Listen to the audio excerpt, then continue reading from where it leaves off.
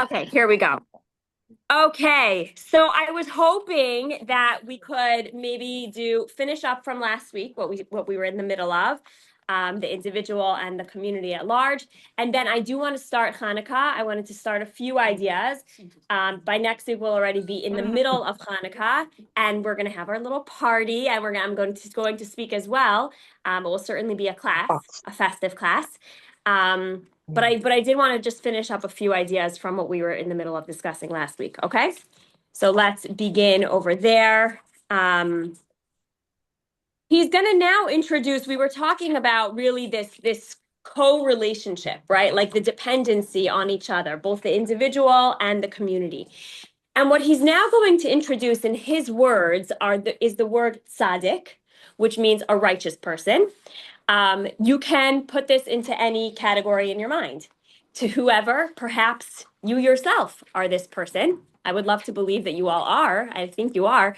But what he's going to introduce over here is specifically the relationship with a tzaddik, a holy person, and the community. Okay? So he's going to give the most extreme example of a tzaddik. You guys are going to laugh when you're going to say, well, you're equating me to that, but you'll hear why I want you to think of yourselves in this role and also to think of someone much bigger. Okay, so I just want to start with the first thing that he talks about,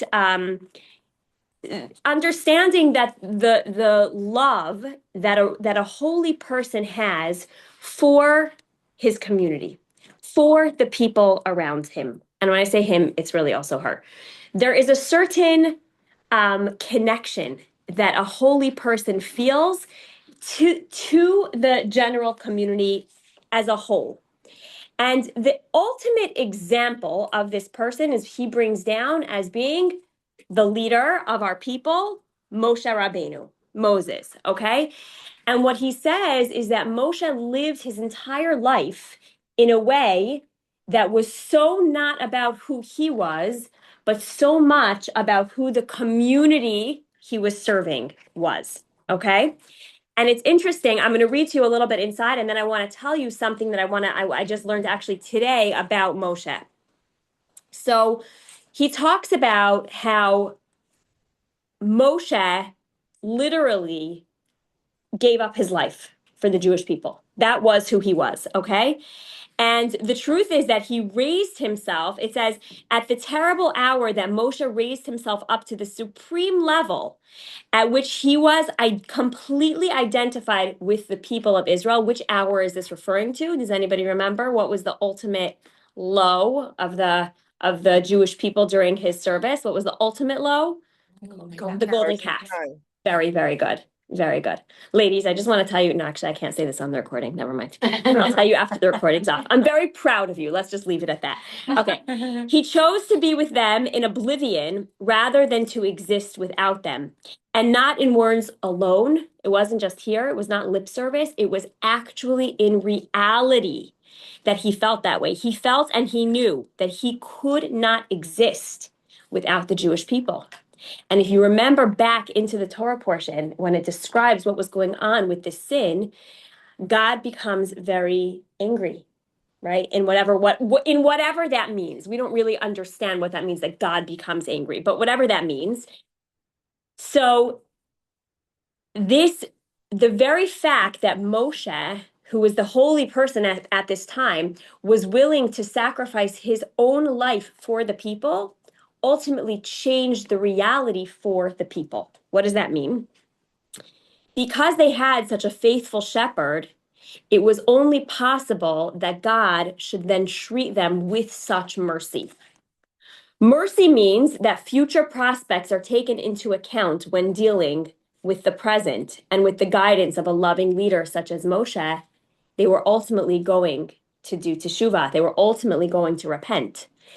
In the changed situation that had now come to light, it was possible to give them a new lease on life. Okay, he's going to go into a little bit more description over here by what this really means. But ultimately, Moshe actually says the words, Mecheni na misifracha, which means he said, listen, if you're gonna kill out these people from the sin that they've done, I would like to be erased from your book. I don't want to even, people shouldn't even know, like for future generations, like, why should I even be a part of this book? Meaning he was so connected to the essence of the Jewish people, what his role was as a leader, that if they were going to be destroyed, if they were going to be wiped off, he wasn't like, he didn't want to be a part of this entire story because he was so connected to it. So the first thing I want to just mention is that, and just to keep this in mind as we go into this part of the chapter, but we all have a little spark of Moses inside of us. So the reason I say I learned it this morning is because I started a new chavruta, started a new like learning group. It's specifically learning Tanya. And just this morning, I learned this concept of being able to meditate on this deep inherent like Moses that lives inside of us. That if we all have, so we spoke about last week, we spoke about being created in the image of God. Now we're saying that we actually come from the DNA of this holy, holy person, Moshe. I was learning about a specific element that he brought in, but it really applies to this as well. And when I'm learning about these concepts of meditation, what it means is that when you're starting to think like, oh, like, where do I have the strength for that? Like, where is that going to come from? How am I going to find that strength? How am I going to find that connection? No, you will find it. It's accessible to you. It's actually already in you. That is what I was learning. So think about that concept as we go into this idea. Okay, so he uses this to segue into the whole concept of holy people as instruments. Okay, and what he says is that we see that a holy righteous person, a tzaddik, what he does is he identifies himself by the people around him. That's how he identifies himself. And he's able to save them from any impending destruction. And then he goes through three different aspects that we see in a holy person. And I'm going to go through these pretty quickly. And then I want to show you the very, very specific takeaway that I think is so powerful for us to realize the strength that we have. Okay. So first of all, the tzaddik loves the people of his generation or of his environment with a self-sacrificing love. If the attribute of strict justice were to strike them down, he couldn't live without them. Their existence is something that he needs above all else, something that is a matter of life and death to him. And since he has the right to exist, those others must live too. So it's such a place of, I mean, we know that Moshe was known as the most humble of all people, but it's such a place of humility that if they are not going to be okay, then what right do I have to exist? Okay. So you could think about this like from, Moshe, and then you could bring it down to like much more times right now. What I keep going to every time I think about this concept is actually righteous people during the Holocaust, right? Certain people that lived during the Holocaust and what that must have felt like, especially for the people who were living in more of this like leadership role as they're watching people around them being wiped out. And suddenly you wonder, like, were they thinking this? Like, what is my right to exist if my community, if my people around me are being wiped out? So it's just something that I was thinking about. Okay, so that's number one, is that this tremendous self-sacrificing love. The second one is that this holy person, this tzaddik's self-sacrificial love, which he yearns for other people. He really wants to connect to them. And coupled with the mercy of God granting this holy person their plea, whatever he's pleading for, creates a special revelation of godliness in the world. It's almost like this, again, going back to that symbiotic relationship. So it's his self-sacrifice. God is now seeing something with the self-sacrifice. It evokes this mercy of God, right? And it creates this glory of God that then comes into the world. You could understand how that would look, right? God is like looking down and he's saying like, oh my goodness, like look at this person who's willing to sacrifice for the people around him, right? He's willing to make the sacrifice. I'm going to have mercy. And within that mercy comes down the divine. It's brought down more divineness into this world. The ultimate goal of life is to bring the revelation of God into this world. So when you think about this on a very personal level, if we are able to connect to another person in true sense of connection, whether I know you or I don't know you, and I'm pleading for you, in other words, he's going to get to this in a moment, but in other words, praying for you, right? Begging for you. What's happening is you are bringing down God's mercy. Okay, so that's where the compassion of God comes in. God sees that you're praying for this other person, and through that process of seeing this like connection between the people, it brings down the revelation of God into this world. It's an amazing thing, but what it's showing over here is that both instruments are needed in this revelation. If he only had self-sacrifice and it was just about self-sacrifice, but there wasn't the people that he was self-sacrificing for, well, A, he wouldn't have self-sacrifice in the beginning, but also there would be you understand, you need both. You need the people and the people that you're connecting to and the individual. And in order for them, this mercy and glory to be brought down, both of them become instruments in this.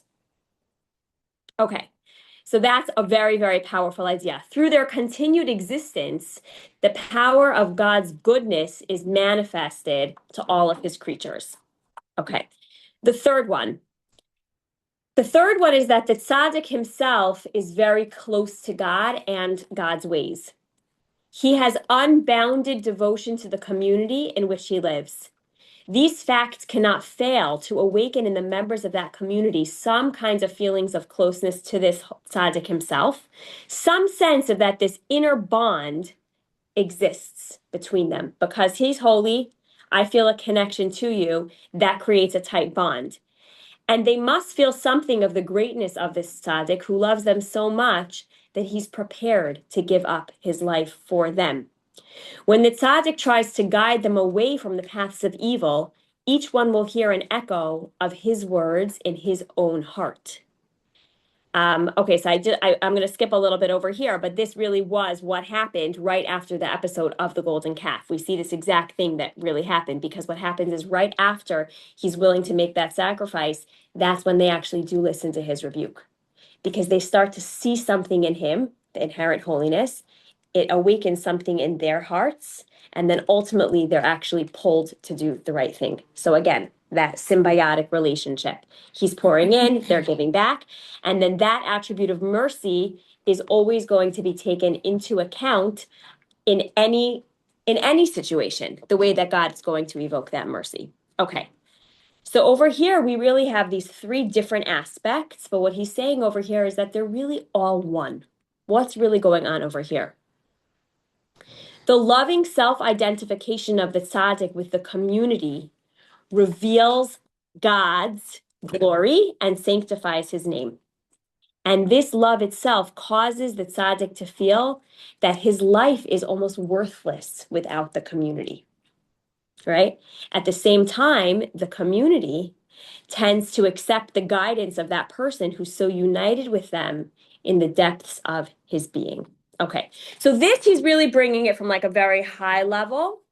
So he starts with this ultimate example of Moshe Rabbeinu. And I'm suggesting maybe bring it down a little bit more personal to a leader or a great person that you could think of, even maybe not in this generation, but maybe a different generation. We see this time and time and time again. But now he's going to bring it into the very personal realm. Okay, and I alluded to this before when I was speaking about prayer. So let's bring it now into the sphere of the individual. Yeah. When he came down and he saw with the people that Mm-hmm. he was so angry and he broke the covenant. Mm-hmm. I mean, so he had the conflicting with the people over there. I don't see that as a conflict. Why is that a conflict? Because he was angry on them. Why was he angry at them? Because they built the Egel. But what was that anger coming from? What was that anger stemming from? it's saying from they didn't follow God. So I don't see it that way. I don't see it as an anger like you did not do the will of God. You did not follow your instructions. I see it much more as a tremendous, tremendous disappointment and a sadness at like you had something so sacred. You had something, you were at the height of all greatness, exposure to the greatest light show that you will ever experience, and you just abandoned it. Shame on you. It was much more of a place of like disappointment rather than anger. And if you look at it from the place of disappointment, you understand how that makes sense according to this, right? Because he was feeling so connected to them. How did we get to this place? How did this happen? Yeah. It's a little bit of a different perspective. I don't Yeah. know what his self-confidence was like, but maybe he was blaming himself a little too. Okay. He was up there a long time. Yeah, like, oh, had I done different, this might not. That could be. happen. That could be. And that stemmed like this That could be. frustration. That could be. That could be a frustration.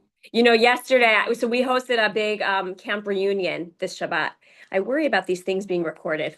I do. I'm not going to lie. But we hosted a beautiful camp reunion. Girls flew in from it. It was beautiful for our summer camp. It was really, really nice. And it was reported back to me last night that some of the houses where the girls stayed were left very not up to par. And my immediate and my immediate reaction was exactly what you're saying. I was so angry at myself. I was like, shoot it. Like, why did I expect anything else of these girls? I saw the way they left the rooms in the summer. Like, why did I think they were going to treat the houses any differently? And I was like very, very upset at myself. So, you know, I appreciate that perspective. Like, there's a certain self-reflection. Like, why didn't I do a better job? Yeah, that could be. That could be. Okay, but either way, I don't want to get very into the nitty-gritties of Moshe and his response. It's more about Moshe and his connection to the people, because what happens after all of that is he pleads and he begs God for his mercy to save these people, right? He cares about them so, so, so, so deeply. Was there another hand up? Okay, so bringing it into the personal realm. So now he wants to bring this into the sphere of the individual. So he says, let's say we have two people. We'll call them A and B, okay? And B is in some sort of trouble.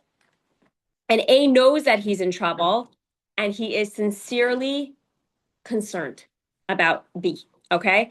And what he puts in parentheses here is that when he says he's sincerely, this is such an interesting parentheses.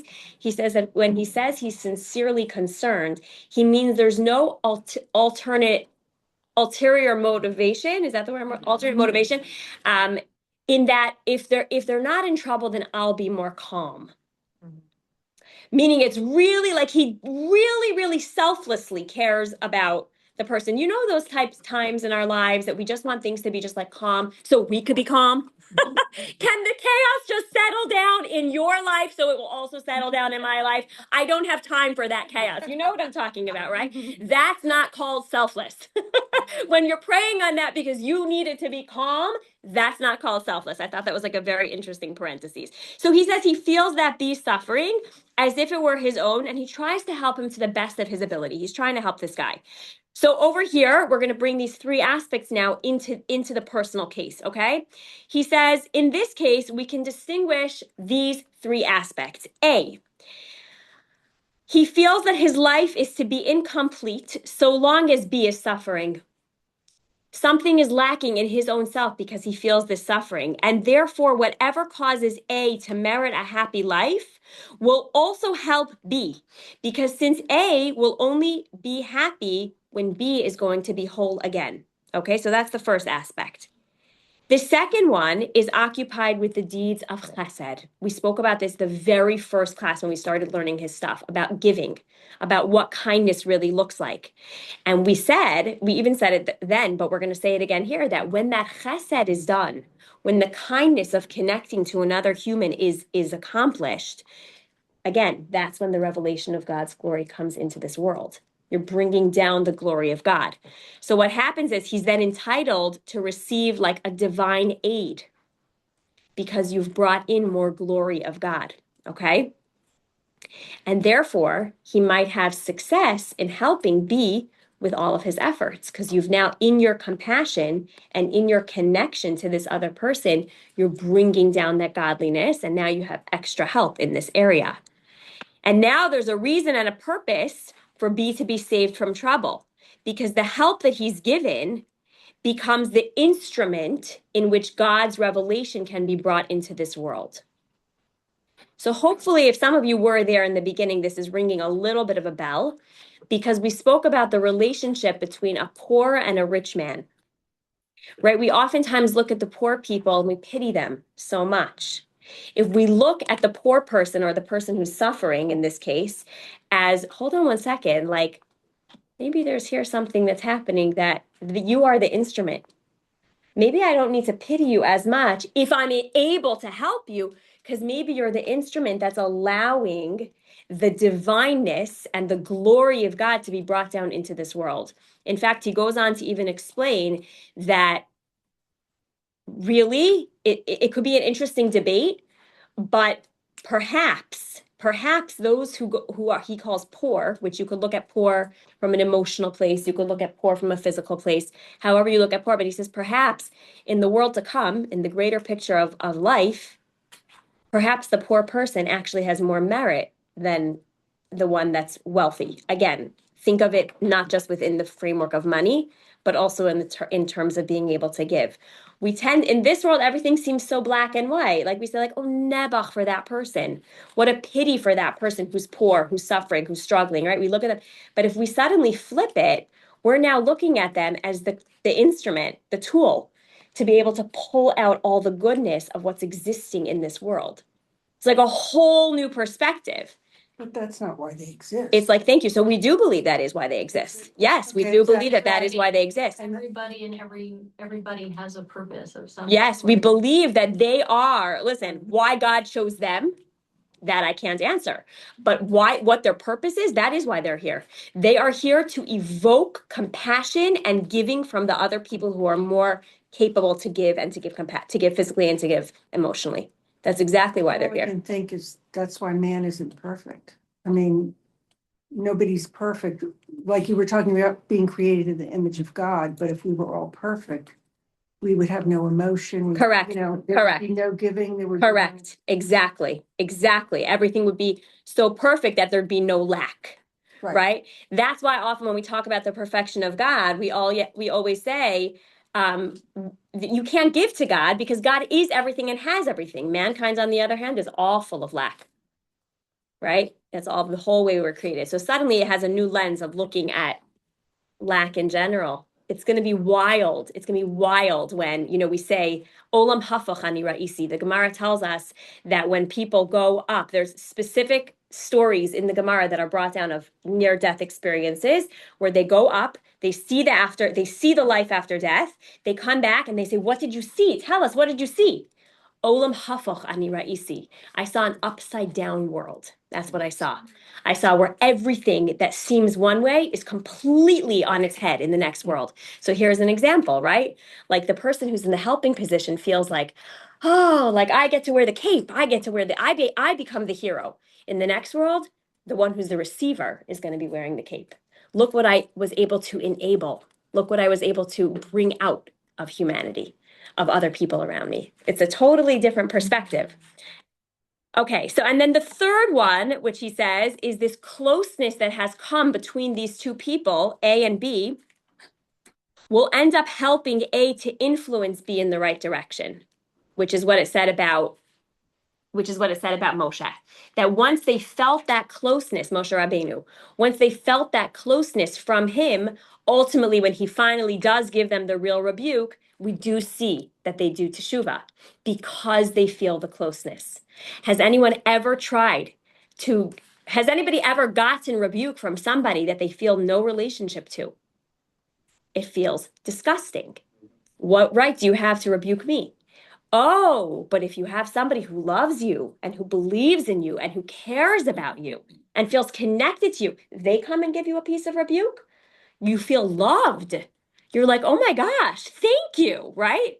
That is so helpful. Jean is like, I don't know about that. That's very helpful. But yeah, I would say, like, I mean, listen, rebuke it's always, always hard. But from somebody who really loves you, like I'm thinking about the rebuke that I've gotten in my life from even, I will say, even some of the rebuke that felt very, very scary. If I knew that it was coming from somebody who loved me, it's much more swallowable. Yeah, and that's the thing, it not only from someone who loves you, but where it's coming from. Right, the delivery of it. And how. And how they say that. So the Torah actually goes into specific, ways to give rebuke, and it discusses rebuke. And those are all true, but over here, it's just this point is what the point is, that when there's that feeling of closeness, it's much easier to do the act, to do the repentance, to do the right thing after you feel that closeness. So it's two separate things. I definitely agree that when it's delivered in the right way. So you could also take rebuke from someone who doesn't care about you at all and get delivered in the right way, and you can take it and run with it. But if we're over here, he's specifically focusing on the closeness in the relationship. So those are really the three components. And now we're going to bring it into the realm of prayer, because I think that all of this conversation, everything that we've been talking about, the connection between the individual and the community, all of it, it so much boils down in the realm of prayer. And I think that especially what we've gone through as a Jewish community since October 7th, you will feel these words so strongly, what he's talking about, okay? So what he says is that it is therefore possible and desirable for any person to pray for his friend in sickness or other trouble. He can even hope that God might even answer his prayer. Not because he's necessarily a very great tzaddik, not because he's a righteous person, but because his concern for his neighbor and his sincere prayers for him create new merit and new revelation of God's glory in this world. The genuine care and concern that we have for other people is what will evoke the compassion. Okay. So I'm just thinking about all the prayers that we had. So you could think about it for the prayer that you're praying for your friend or for your neighbor, or whatever it is, but then you pull it back and you think about the strangers, seemingly strangers, right? The hostages who we never met, who we prayed and we prayed and we prayed and we cried and we prayed and we prayed. And we wonder, like, like you do have to wonder, like, what was going on? Like, were my prayers answered? Like, there was a certain feeling. Like, I remember with each hostage that was released, it almost felt like a personal gift. I was like, God, you heard my prayer. And then I'm thinking of the millions of people that were praying for these people. But it almost felt like a personal, like, Devorah, you did good, good job. What is that, right? It's because we expand. Parts of ourselves become so big that we become encompassing for others that we never even met. We care for other people. And this care that we can bring into other people when we're really praying for them, that brings in God's glory. And then to repeat it for the fifth time already, but that is what is bringing up the compassion, the mercy. That is an unbelievable thought. It's an unbelievable thought. Yeah. I believe prayer make energy. Prayer for sure creates energy. Prayer is energy. But I think over here, the lens of it is not like, this is not about the words. This is not about like the intentionality of the words. This is about like pausing for a second, meditating for a second. Meditations don't have to be like long and lofty, but just thinking for a second, I am now connecting myself to another person because I care. Mm-hmm. The individual and the community, right? I often struggle. I've told this to you multiple times. I often struggle because with all the inundation of social media and WhatsApp, we hear about tragedies like that. Mm-hmm. Bam, bam, bam, bam. Like, I'm like, I can't. And I often wonder, what am I supposed to do? All this bad news. And oftentimes I get WhatsApps that come with, please say a prayer for, right? Or like even on Instagram, please take a minute and pray for this situation. Or there was just a horrible accident here. And like, honestly, like, I feel like I could live like a few hours of my day just sitting and responding to all the prayer requests on the WhatsApp and social media. It's hard. So what I try to do, and I will not say that I succeed 100% of the time, there are many that I don't listen to. But when I can, and it's for a stranger, what I try to do is just for 3 seconds, connect myself to this name that I'm about to say. I have no idea what they look like. I have no idea who they are, I have no idea. But I just try to say, I am connecting to this person right now because I care. Hashem, here's my prayer, hear my prayer. Amen. You understand? It's a mind-boggling concept that we have that power. And this is the real core relationship between an individual and the community. We need each other. Is Yeah. that your whole prayer? This is my prayer, or do you say something? Oh, oftentimes. So sometimes if it's 2 seconds, I will literally just say something in English. I know a lot of Psalms by heart, thank God. So I'll just recite a Psalm and then their name, and that will be it. It's usually less than a 60-second commitment. And if I was doing it, it would be, I would be doing it for many, many, many minutes a day, you know? But that is an amazing thing. And to think about, I just keep going back to the soldiers that we prayed for. I mean, the names, the lists of names that were coming out in the last 2 years, it was like printed pages, you know? And to read each name by my challahs that I was baking, it took time and it took effort because they were written in Hebrew and without vowels. I'm like, I don't even know if I'm saying these names right, you know, like you're trying to say, but to just say like, this is me connecting to this other human. Again, that I don't know and I never met, but I'm connecting to them. But So don't we tend to do that as Jews anyway? yeah, that's exactly Growing what up he's when I saying. was very young, if something was on the TV and it was a Jewish name, you know, and it was a good thing, we really connected. If it was a bad thing, we also connected, but, you know, but Yes, that's exactly what he's I saying. mean, that's what we do. We constantly connect. That's exactly right.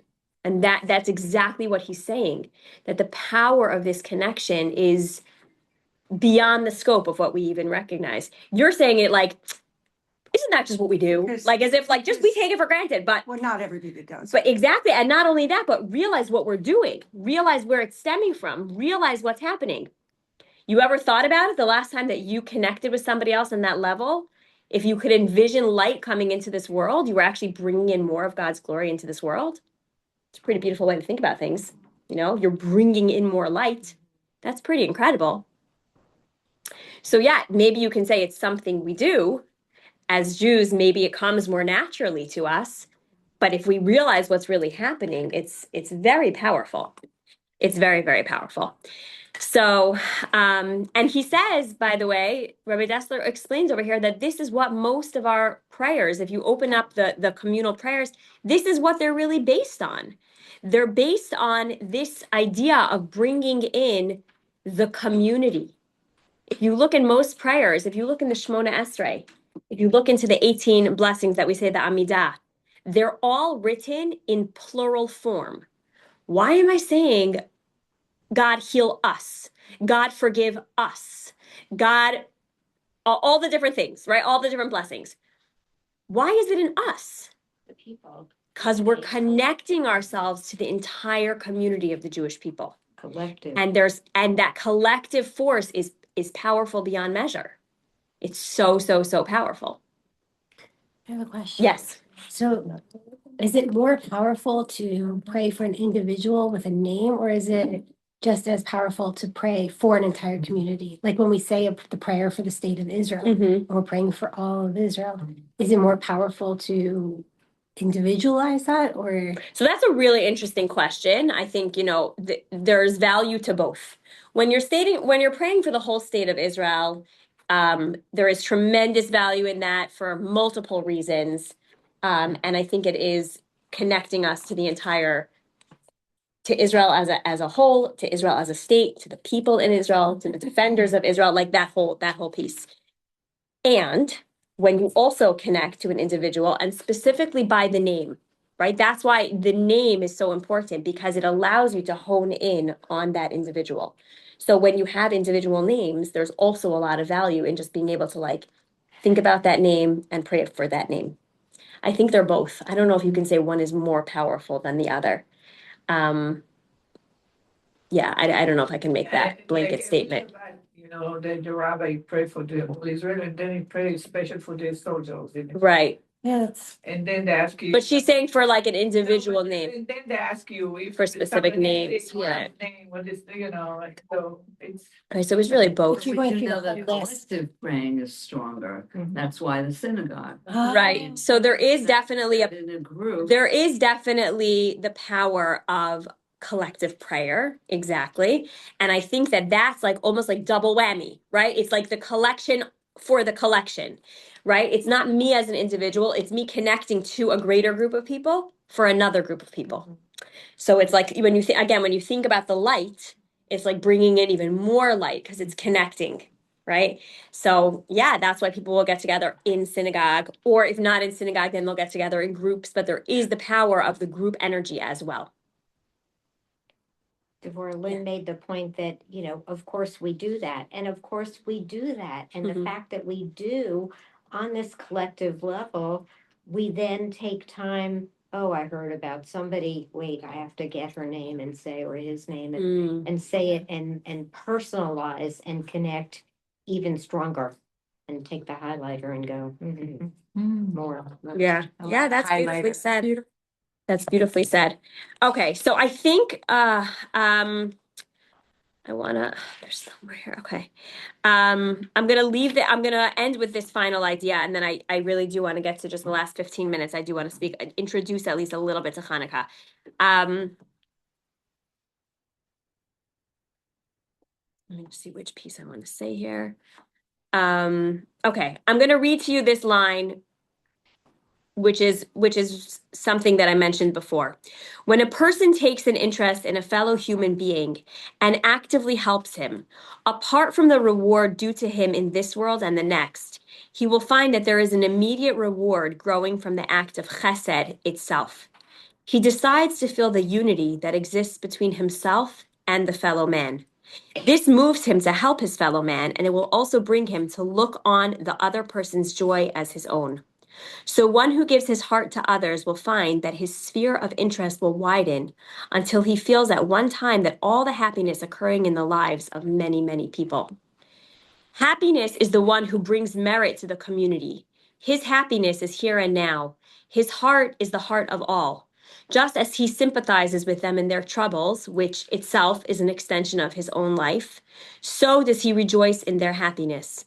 At the time, he gave himself to them utterly, and now he can experience the immeasurable happiness of his extended self. So he brings this whole concept. There's a few other pieces here, but essentially, he brings this whole concept of not just thinking about people in the times of sorrow, but also in their times of joy. When you're connected to somebody at their core, and when you have felt, he says first, when you felt their pain, but even not, when you can also experience joy with them, it's once again bringing in more of that revelation. I oftentimes bring the example of it's very easy to feel happy for someone when you yourself already have that thing. But when you yourself are struggling with something and somebody that you know has just been granted that thing, that's the real test. And what we need to really think about is, again, how we started today. How selfless am I in this situation? If my level of joy for you is only dependent on how complete I am, then there's something lacking from experiencing my level of joy, right? I have a sister who is one of my greatest mentors. She struggled with infertility for years. And I remember that every time that she would find out about either a sibling or anybody who was expecting, she would really express, "Oh, that is the most wonderful news." Like she really, really, and I know that it was a work of her heart. I know that it was something she was working on. She was genuinely trying to not let her own pain put out the happiness of somebody else. And I'm sure you can think of either times in your life that you did this or other people within whatever shape or form. But the point over here is that where is that stemming from? It's coming from a place of feeling a little bit less sense of self and connection to someone else. It's not so much about me, it's about me connecting to the other person. And when we can do that, we can bring in so much more compassion, so much to the point that perhaps, he doesn't even say this, but I'm just going to add this in. Perhaps if we are able to really be so selfless about it, perhaps that would actually serve as a merit for us to receive the very thing that we've been happy for someone else that we ourselves have been lacking. It's an amazing thing. Yeah. Isn't that part of prayer? If you're praying for something that you want, you pray for everybody else's success in that. Yes, actually, Gail, thank you. The Talmud actually teaches that if you want something yourself, a little trick, a little tip is pray for someone else who wants the same thing. And it says your prayers will be answered first. So again, if you're doing it to be like, ha, I have a little trick over here, like let me pull out my trick. I'm going to really get my prayers answered first. But the point is exactly the same thing, that when you're able to connect to someone else's prayer and you become a little bit less absorbed, right? Little less absorbed in your own self needs, and you're praying for someone else, God says, oh my gosh, look at this person who genuinely cares about his fellow. This deserves mercy. This deserves divine intervention. And that's how it happens. So thank you for bringing up that point as well. Yeah. So hopefully this whole conversation, which we probably could have even gotten one more class out of, but hopefully this conversation really just shed light in general about our own individual, our role as an individual, but how it is so dependent on our communities. And by the way, like we said, communities are defined, it starts like small. So it's you and then your family, and then it goes to the further family, and then your school, and then your shul, and then, until you're really talking about a pool of the entire Jewish world, It becomes very great. It's an amazing thing. I just want to pause and see if anybody on Zoom has any questions, because you're not here and I don't see so many faces. Does anybody have anything they want to add? It's quiet. Okay. Does anybody in the room have anything they want to add? Any questions, comments, takeaways? Keep praying.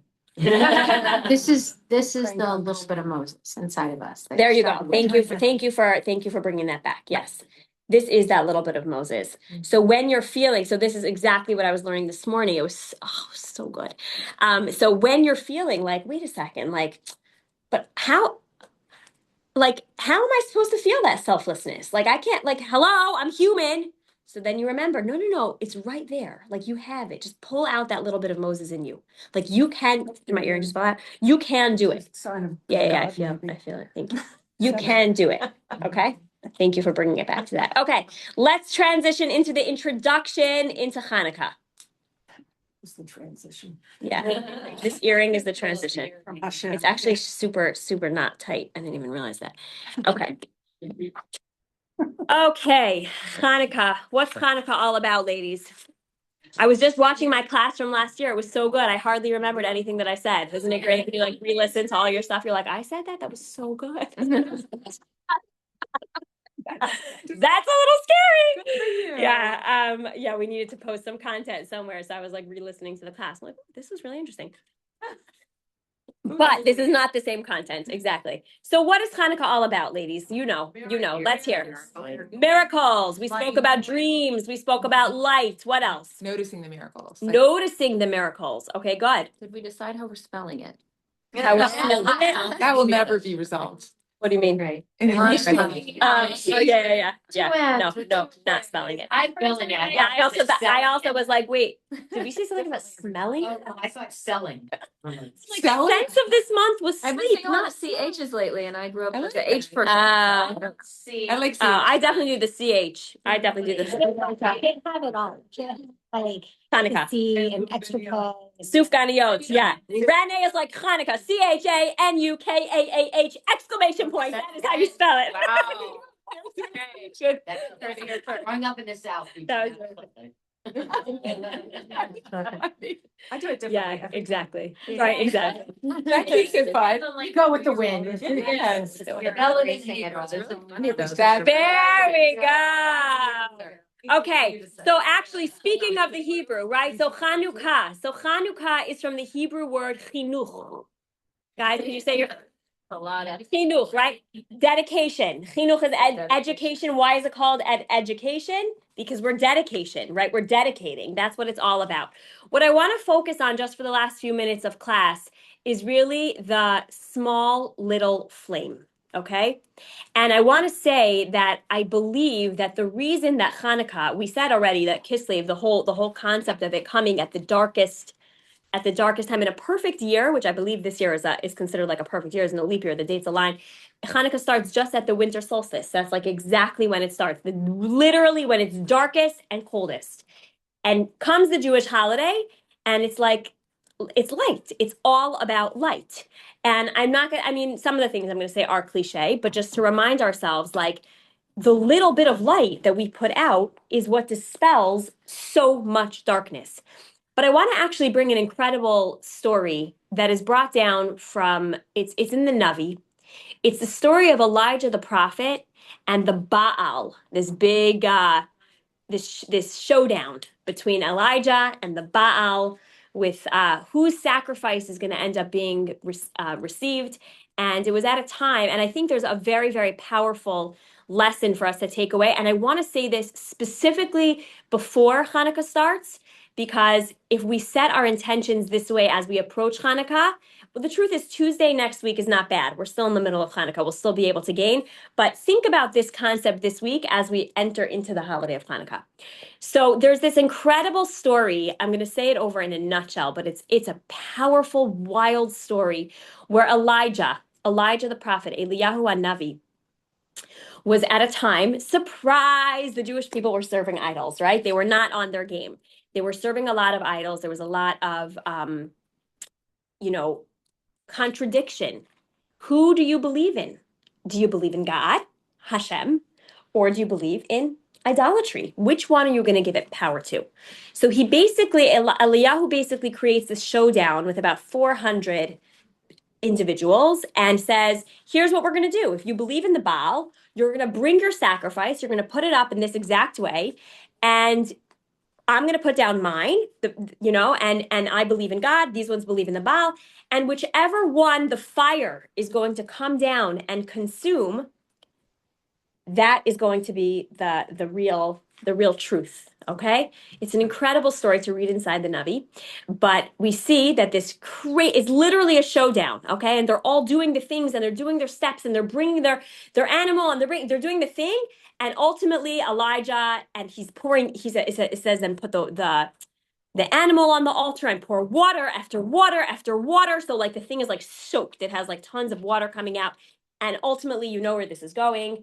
The huge flame fire comes down, and whose sacrifice does it consume? Elijah's. Surprise! It does not consume the Baal, who was known as the force of evil, the idolatry. Okay? So it's like so obvious. Like everybody's watching this miracle, and everybody's saying, like, oh my gosh, okay, so it must be that God is the truth. It must be. We just had this extreme revelation. The fireworks, the show, it's been so huge. And the woman at the time, the queen, I guess you could call her, was Izabel. Her name was Izabel. She was a wicked, wicked woman. And she found out about this. And she said, with her nice evil laugh, like, very nice, Elijah. Very nice that you had this whole showdown. Tomorrow, I'm coming to kill you. You know, this is the way you showed up. Tomorrow, I'm going to come to kill you. And Elijah does something very interesting at this point. Does anybody remember the story? Do you remember the story, Sarah? No. This is really, really, what would you think he would do? After the revelation of God just came, everybody saw it. And now someone, Eva, yeah, they were not, they were, yeah. But Izebel's coming, and she's threatening to kill Eliyahu. And what do you think he should do? What do you think he's about to do? Nothing. So you would say nothing, right? He's got God on his He side. he has God on his side. He's going to be chill. Hi, Izebel, I'm going to go like chill while you try to come and kill me. It's very clear to me that I have God on my side. What? He has to pray and prepare. Okay, good thought. He took them to the Kishon, isn't it? What's the Kishon? The Kishon, the river. Okay. What he does is he actually runs away. Yeah. Exactly the obvious opposite of what Sharon is suggesting. Instead of just sitting, because this is so strange, this is exactly what I'm going to get to. He runs away, and he runs away, and everyone's thinking like, why do you have to run away? This is the question. And he gets to this place, almost like a cave, and he's exposed to certain crazy things that happen there. The Navi tells us about an earthquake, about a hurricane, about crazy natural disasters that start to happen as he's approaching this place. And what it says is that it seemed almost as if, like, where was God? Like, where was God? Where was God in this? Wait a second. No. And then it says, no, okay, that is who it was. But then it says, and then there was something that happened, and there was where God was. And the words are Vikol Dimama Daka. There's going to be this strong, thin voice. And in that voice, after all this chaos that he just went through, that's where he found God. That was where God was. So first of all, side note, where do we read these words in the services? Does these words sound familiar to you? Where are they from? V'kol dimama daka yishama. Where are these words from? These words are from the Rosh Hashanah and the Yom Kippur climactical prayer of Unatana Tokef, when we really say who by water, who by fire, who by famine, who by sword, who by, right? This is what we talk about, this kol dimama daka, this silent, thin voice. This is where he found God. So what is going on with this wild story that would take me like weeks to tell you the whole story, but in a nutshell, what's going on? So I believe that the major lesson over here is that oftentimes the fireworks, the flames, the big showdowns, the big, light shows, and everything is so obvious and so miraculous. That's what we call like moments of crazy glitz inspiration. Have a great day. But those moments are few and small. What we really need to find and what we really need to see God and godliness in is in the slow and in the steady. Like the turtle. The reason that Izebel, yeah, exactly, like the turtle. The reason that that he had to run away from Izebel is because he knew that right now everybody's feeling the heat of God.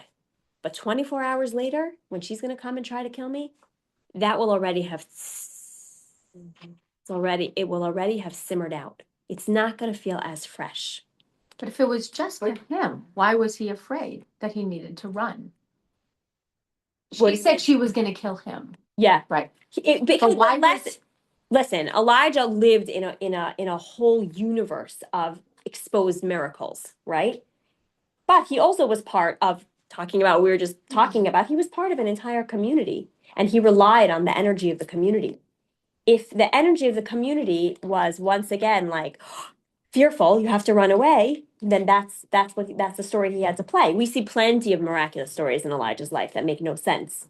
And in this specific case, he actually says, I'm going to run away from her. I'm going to run away from this threat.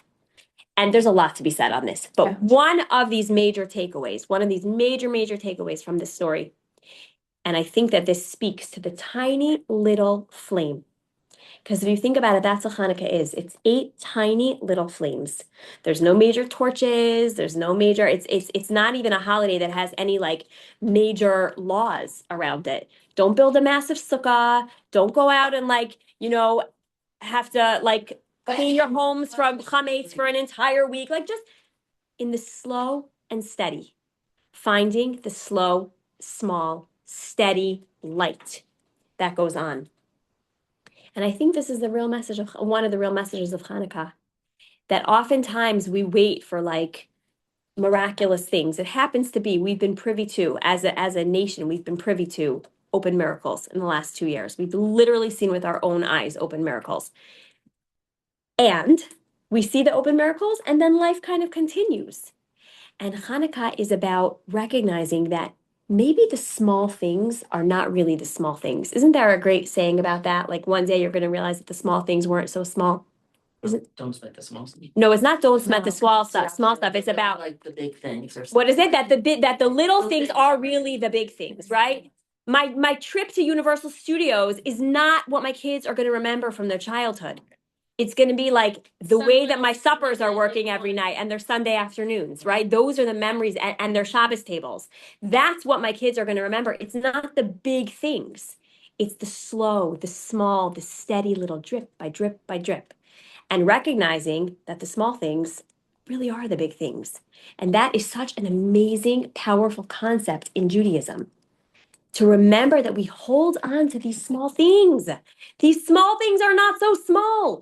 The small things that you sometimes wonder, like, does it really make a difference if I do that small thing? Does it really make a difference if I pray for 2 minutes? Does it really make a difference? And then we also think the opposite on the negative side. Does it really make a difference? I don't know. Does it really make a difference? Yes, yes, yes, yes. It makes a difference.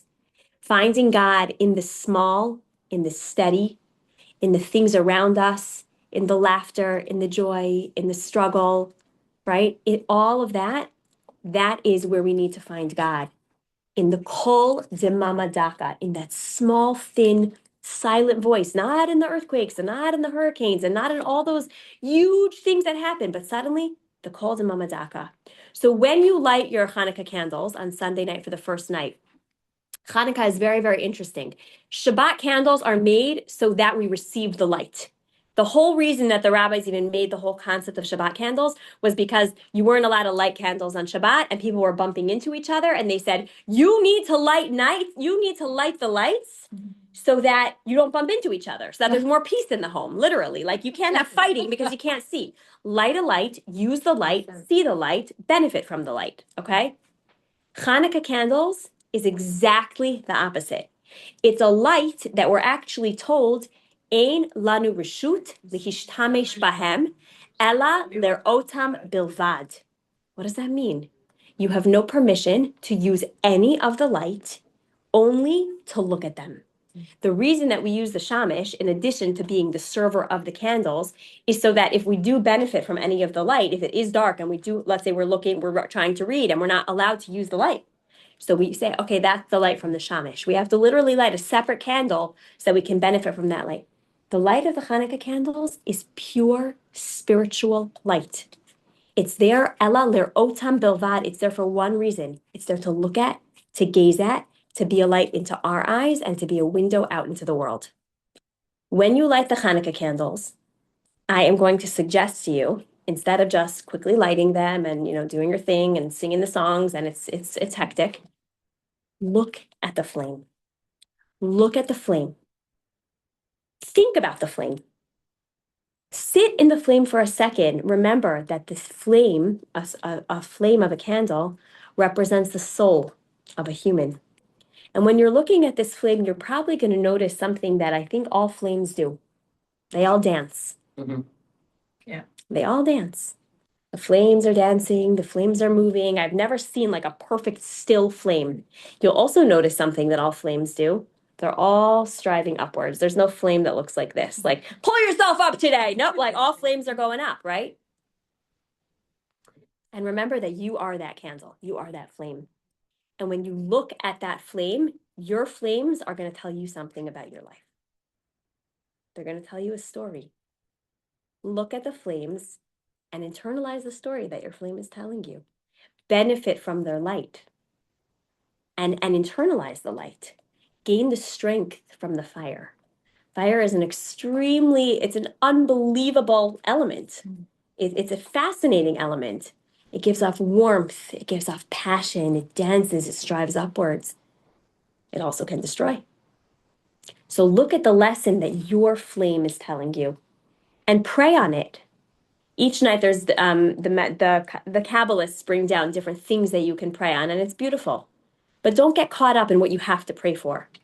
Look at the flames, internalize the message. I promise you, every single one of you will see a message. You will. If you look at that flame, you will know exactly what it's telling you. So I hope that this gave you at least a little something to think about. We went over time, so thank you for sitting with me. And I wish you all a happy, happy Hanukkah, a Hanukkah filled with light, a Hanukkah filled with strength, a Hanukkah filled with connection to our greater community, and a Hanukkah filled with the ability to see the lights inside of every single one of our souls and the message from the menorah. Have a wonderful, wonderful week. Happy Hanukkah. And I look forward to seeing you next week at our Hanukkah party. Okay, let me end this Tomorrow I'll recording. be in a You're few minutes. welcome. Ta-da. You're I'll be in welcome. a few